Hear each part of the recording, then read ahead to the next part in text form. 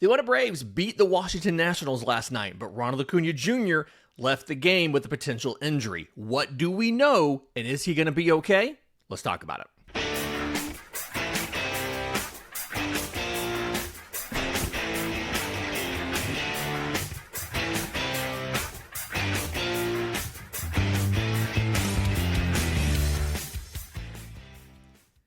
Yes, welcome on into Braves Today, your daily source for news, notes, and updates on your Atlanta Braves.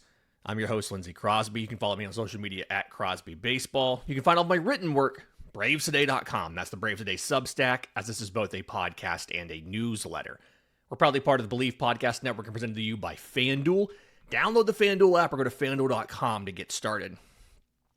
Braves win 9-4 in the series opener against Washington last night. We're going to get to what happened and all of that in a few minutes. But the biggest story of the game, bigger than the win, is Ronald Acuña Jr. leaving because of injury. Here's what happened, for those of you who just missed the game last night. Jake Irvin, Washington starter, was following the standard playbook when you face Ronald Acuña Jr. You pitch up and in, because he struggles to turn on pitches that are up and in and get to his power.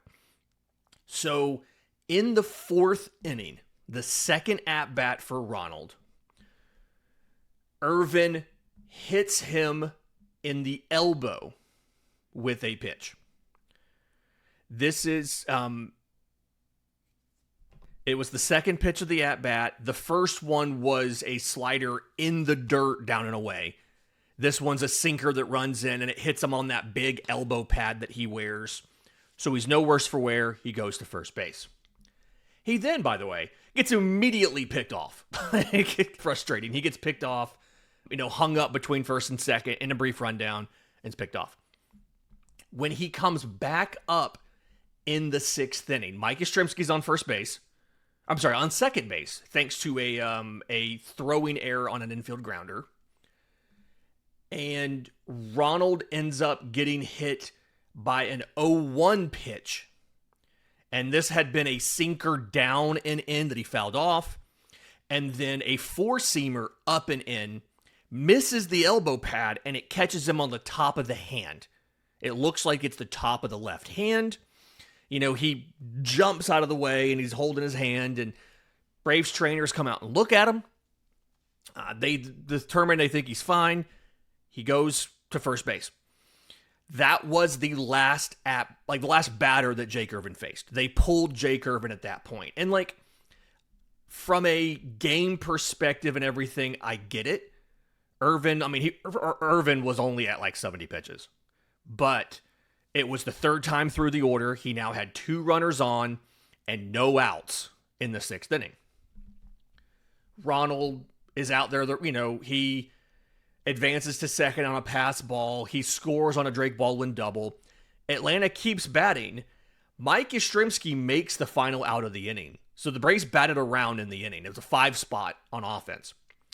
And Ronald was on deck to bat if Yastrzemski had gotten on. So you feel okay about it.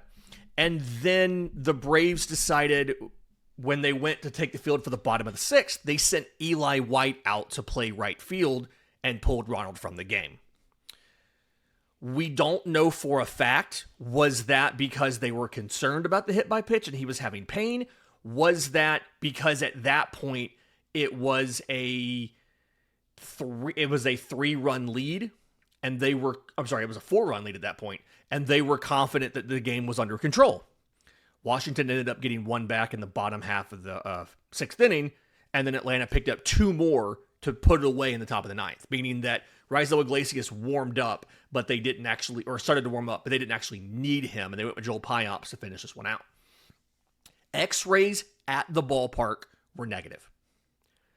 So they did not see anything on the X-rays that made them believe that there was a break or anything lingering here. And the team officially pronounced him day-to-day. Braves officials told the traveling beat, including MLB.com's Mark Bowman, after the game, that there were no plans, as of last night, to get Ronald an MRI today on the hand. And so now the question is, were the Braves able to avoid significant injury here? There's a couple things that we kind of have to wait on. The first one is that we know, we've seen this too many times now. The next day is always a question. When you wake back up in the morning, the adrenaline's worn off of the game and everything. How painful is it? How sore is it? How swollen is it? We've all seen that come up before. A guy finishes the game, he thinks he's fine. The next day, he realizes he's not, and he ends up going on the IL. So we have to watch for that. Thing number one. Thing number two, if he is having lingering soreness today, is this something where they just give him a day off and he can avoid an IL stint? There's a lefty on the mound for the Nationals tonight. It is Foster Griffin, who is 2-0 with a 3.05 ERA. Braves Today sponsor FanDuel has the Braves favored to win this game, like 1.5 advantage in the game. And so do they try to win the game without the services of Ronald Acuña Jr. if he is feeling sore? With a lefty on the mound, you could do something where you put Mauricio Dubon in left in place of Mike Yastrzemski. Jorge Mateo plays shortstop again. Remember, he had a 4-hit game just the other day. And you put Eli White in right field. And then Yastrzemski can check in for Dubon, and Dubon can go to short later in the game when the lefty's out. Or you can just play Yastrzemski.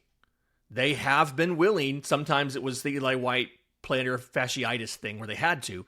But they've been willing to give Mike Yastrzemski at-bats here and there versus a left-handed pitcher. So even if Ronald misses today's game, it's not necessarily an indication he's going to need to go on the injured list. Could just be a little bit of lingering soreness or swelling or whatever. Maybe he doesn't feel 100% confident gripping a bat, but they don't think this is a lingering long-term injury. The Braves have not given Ronald Acuña Jr. a day off yet this season. He had a DH day. He's not been out of the lineup yet once. He's led off every single game of the year. Until we know otherwise, I'm going to assume the Braves avoided anything serious here and that Ronald's going to be back.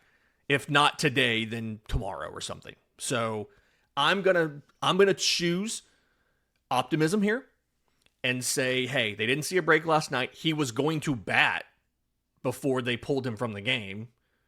So it couldn't have been that bad if he felt comfortable enough holding the bat to go up there and take an at-bat. So we'll see what happens when the lineup comes out, but I think we're going to be okay. Bryce Elder responded pretty well yesterday, both to his struggles in the first inning and to the Ronald Acuña Jr. hit by pitch. We'll talk about that next, right here on Braves Today. Welcome back to Braves Today. Lindsay Crosby. Bryce Elder ended up getting the win in this game. He pitched 6 2/3 innings, 3 hits, 4 runs, but 3 of those are earned. So it is technically a quality start. 2 walks and 6 strikeouts. He gave up 1 home run, and that one was in the 4th inning to Dalen Lyle. It was a solo shot. But it didn't initially look like he was going to go 6 2/3. The first inning was a little bit of a struggle for Elder, and it all kind of happened with 2 outs. He got James Wood to ground out. He got Luis Garcia to fly out. And then from there, Brady House singled. It was a slider that caught too much at the bottom of the zone. And what was this? It was like 100 miles an hour back up the middle. And then C.J. Abrams walked. 4-pitch at-bat. None of these pitches were remotely close to the strike zone. Not competitive at-bat. Dalen Lyle then drew a walk, which loaded the bases with 2 outs. And this was a 7-pitch at-bat. None of these pitches were remotely close to the strike zone. It was 11 straight pitches. And this was like, he got a called strike on a cutter above the zone that would have been overturned on challenge. He got a swinging strike on a slider below the zone. He got a foul ball on another slider in the exact same spot 2 pitches later. But nothing was in the strike zone. And then Jacob Young singled on a four-seam fastball that was like letters high and away, outer third of the zone. And it wasn't hit incredibly hard. Like, he shot it the other way at like 79 miles an hour or whatever, but it got through the infield, and 2 runs scored. And Dalen Lyle went first to third. From that point, the 2-run lead up, Bryce Elder locked in. He got a strikeout to end the inning of Jose Tena, and it was sinker in the zone, foul tip. Swung through a four-seam fastball. He ran a fastball away, trying to see if Tena would chase. Tena didn't chase. And so he dropped a slider, like pinpoint bottom corner. Would have been a called strike had he not swung at it, but Tena swung and missed. Inning over. And then at that point, Elder locked in. Like, Elder became that dude. Second inning, again, he gets... back up here. In that first inning, it took Elder 32 pitches to get through the first inning. He got through innings 2, 3, and 4 together on 32 more pitches. Again, he locked in after that first inning. And you can tell when Bryce Elder's locked in pretty well. I mentioned this on the postcast last night, and I think I also mentioned it in today's 3 Things over at bravestoday.com. He got 2 strikeouts looking in the bottom of the second, and the first one to catcher Drew Millis was a front hip sinker that was like started off at his hip and ran to the black. And that is a very hard pitch for a lot of MLB pitchers to throw, because usually your miss is either you hit the guy because it doesn't break enough, or it runs back too far over the plate and you leave it in the middle of the zone. Perfectly executed front hip sinker. Again, looked like it was going to hit Millis out of the hand and then runs to the black, freezes them for the called strike. The James Wood strikeout was the same idea, but it was a sinker. It was like knee high, but again, it was a sinker that ran back into the zone, that was aimed inside and then ran back over the zone. So just really good stuff from Elder when he kind of locked in. And he ends up going 6 2/3. He gets the quality start here. His ERA does double, but it goes to like 150. His ERA was so good going in that his ERA now is only 150. It wasn't the standard Bryce Elder outing. If you look at the number of groundouts he got, he had 5 groundouts and 5 fly ball outs. And that's typically not the ratio for Elder. Elder's typically getting like 7 3 there. Maybe 6 4 if he's off. So like, you can look at this game and you can say, okay, Bryce Elder didn't have it. And the fact that Bryce Elder didn't have it and still gave you a quality start, because quality starts are earned runs, not actual runs scored. The fact that Bryce Elder didn't have it and you still got a quality start is a sign of how much he has grown and his ability to minimize the bad outings. If this was April of 2025, that would have been 7 runs allowed in 3 1/3 innings by Bryce Elder. And we all know that that's true. He would have allowed more than 2 runs in the first. He would have struggled again he would have probably given up a hit and a walk in the second, but got out of it. And then in the third, when the top of the order came back up, he would have ended up struggling. So Bryce Elder being able to get out of this after that first inning with only a solo shot and an unearned run, and the unearned run was in the 6th off of an Austin Riley throwing error where he sailed one into, I think he sailed the one in the dugout maybe over Matt Olson's head. That's a sign of growth from Bryce Elder. And I feel really good about his ability to stick around as a 5th starter. If this is a bad outing, if this is him, this is the new version of Bryce Elder where he can be a little bit shaky, he can not have his best stuff, and he still pitches into the 7th inning, and you're in a position to win the game. You feel really good about it. In just a minute, I didn't mention this when it happened, but Didier Fuentes got scratched from his start. He's healthy. Is there an opportunity to use him this week against Washington? Let's talk about that next, right here on Braves Today.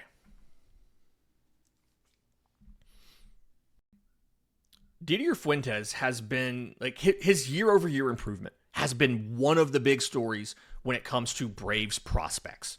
And again, last year for the Braves in the majors, he made 4 starts and he was dreadful. 20 earned runs on 23 hits in 13 innings. Yes, he struck out 12, but he was not prepared for the majors.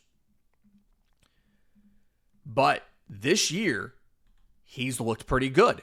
That Atlanta had him on the major league roster to start the year. He pitched 3 innings of relief against Kansas City, 1 run on 2 hits.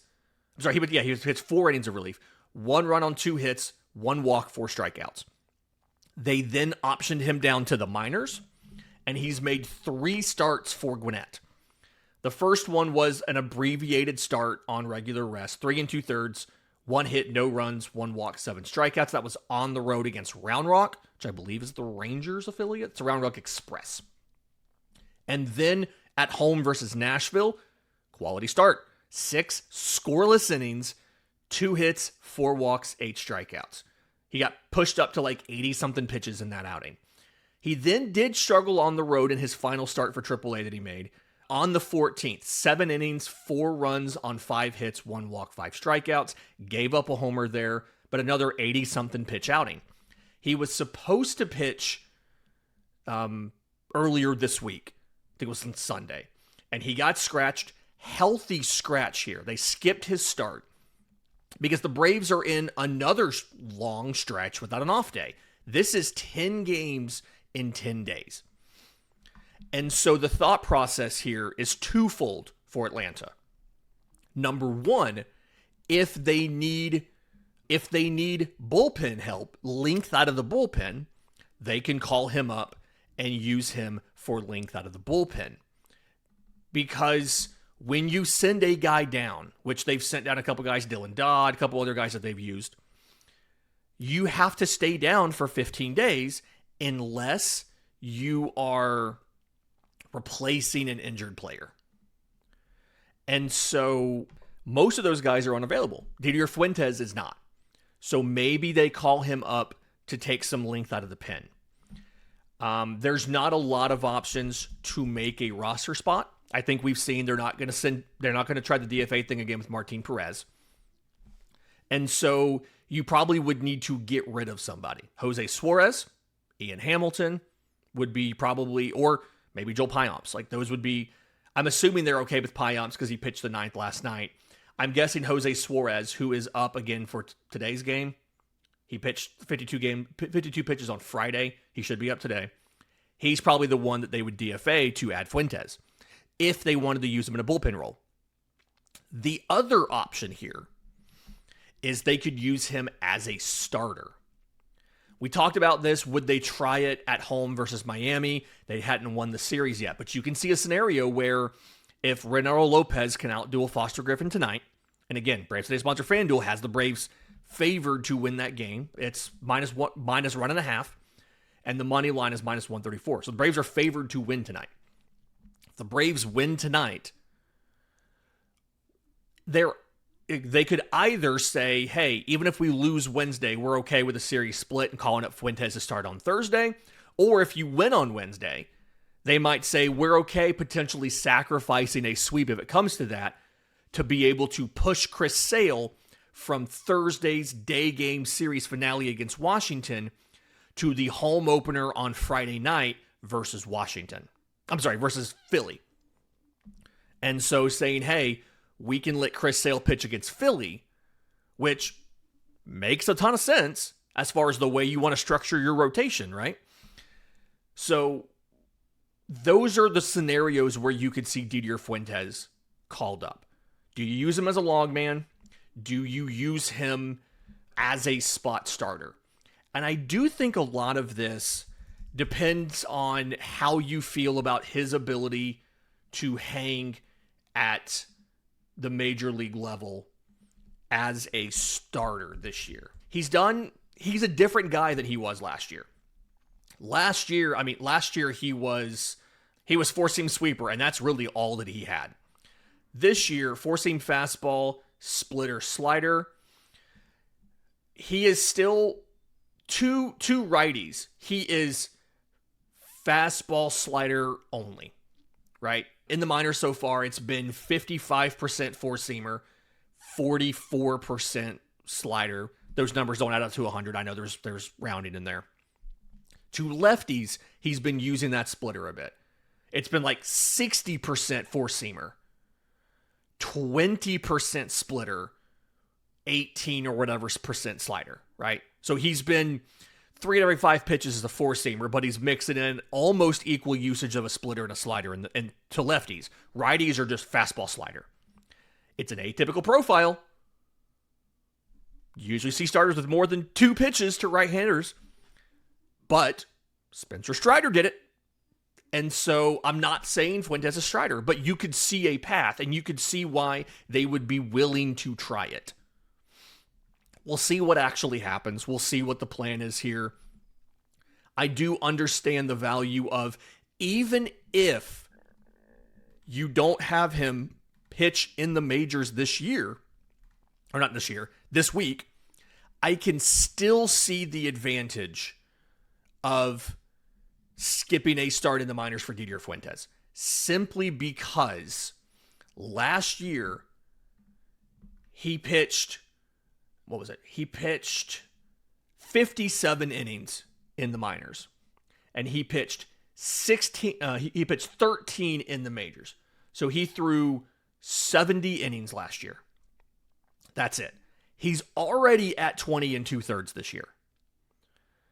And so from a workload capacity, if you assume he can go up 50%, he's still barely breaking 100 innings on a pitch count perspective. If you assume he can go from 70 to 110, pick up, add 30, 40 innings, that's still not enough to get you through a season. Maybe they just end up skipping his start altogether. But the point is, the Braves are keeping all of their options open. He's not guaranteed to be in the majors, but Dylan Dodd, Roland Munoz, Hayden Harris, they were all sent down. They can't be called back up. And so there's just not a lot of options right now that are call-up eligible in the minors. You got Hunter Stratton, Daisybel Hernandez, who isn't going to give you length. And then I think Victor Medeiros, or did they use him somewhat recently? I don't think they've called him up yet. They got him from the Angels in early April off of waivers. So, what do you do here? I think you just kind of limit his innings and you see what's going to happen. That'll do it for Braves today, for Tuesday, April 21st. Do us a favor. If you're listening on audio, 5-star review would be great. If you're watching on YouTube, subscribe to the channel, hit the notification bell, so you know when we go live, we drop scouting reports, all that stuff. And as always, go subscribe, bravestoday.com. Free or paid, helps us out a ton.